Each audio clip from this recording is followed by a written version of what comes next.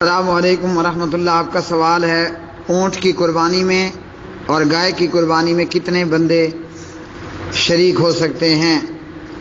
عبداللہ بن عباس رضی اللہ عنہما سے روایت ہے، ہم نبی صلی اللہ علیہ وسلم کے ساتھ سفر میں تھے، قربانی کا وقت ہو گیا، اونٹ میں 10 آدمی شریک ہوئے اور گائے میں 7۔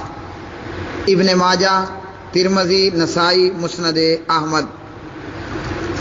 یہ زیادہ سے زیادہ لیمٹ ہے گائے اور اونٹ میں، کم سے کم ایک بندہ بھی 5 بندے بھی کم زیادہ کر سکتے ہیں، 7 سے زیادہ گائے میں نہیں ہونے اور 10 سے زیادہ اونٹ میں شریک نہیں ہونے۔ اسی طرح اونٹ میں 7 بھی شریک ہو سکتے ہیں۔ میرے پیارے بھائی، آپ کا سوال ہے کہ قربانی کے ساتھ عقیقہ، جی بالکل نہیں ہو سکتا، قربانی علیحدہ ہے، عقیقے کے لیے چھوٹے جانور ہیں۔ ایک ہی بکرے میں بالغ اور نابالغ بچے 4 یا 3 بچے سے نام کیا جائے گا؟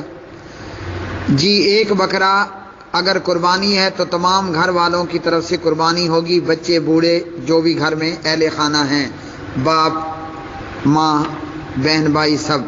ابن ماجہ۔